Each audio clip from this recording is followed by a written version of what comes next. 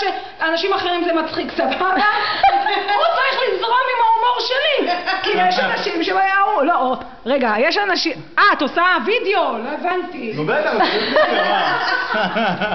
חבר'ה, זורמים עם ההומור של דבי, זורמים עם ההומור של דבי. גם אני פה, רגע. דבי, בואי, עשיתי לנו סטנדאפ, נו, 2 דקות לאלתר, קדימה, אימפרוביזציה. רגע, שנייה, אז אני חושבת שיש פה הרבה אנשים שעושים את הפגישת מחזור הזאת. יש לו עובדת וכל רעיון שיעלה פה יהיה טוב. הרי אנחנו לא נעשה 70 סרטים, אז 2 סרטים של חני. רגע, זה עולה מול כל השכבה? מה, שהמאפנים האלה ישמעו אותם על מה שאומרים פה כאילו? לא, זה פגישה סגורה, אנחנו לא מגלים להם. מישהו יעשה, הוא יהיה טוב. בדיוק. אפשר לדון עליו. אז מה את עושה, יפעת, למשל? אני מדבר עם גבי, לפי דעתי כל מה שכולם יעשו זה מצוין.